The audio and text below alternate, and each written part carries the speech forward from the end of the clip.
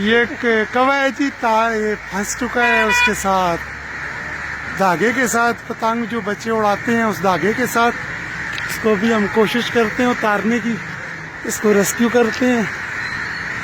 उस दिन हमारे पुलिस वाले भाई भी कोशिश की थी, उन्होंने भी उतारा था। इसको भी हम इंशाल्लाह उतारते हैं। छड़ी हमारी पहुंच नहीं रही, दरख्त पे चढ़ते हैं इंशाल्लाह, इसको इंशाल्लाह हम उतारते हैं जी। फंस गया धागे में। हजरत आओ जी जरा जैसी। ये इंशाल्लाह हमारा एक नौजवान जी ऊपर चढ़ रहा है। ये कौवा फंसा हुआ है धागे के अंदर। ये हमारा एक जवान है जो शीला सा भाई है। इसको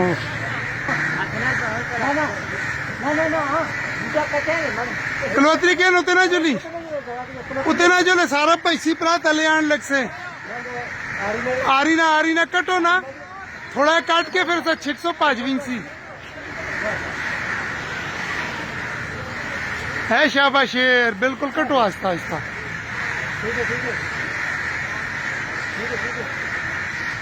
खैर आस्ता आस्ता आस्ता आस्ता कटो।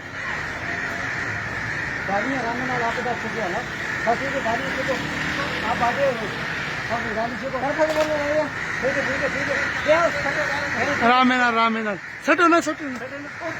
वो चला गया जी, धागे के साथ ही उड़ के चला गया।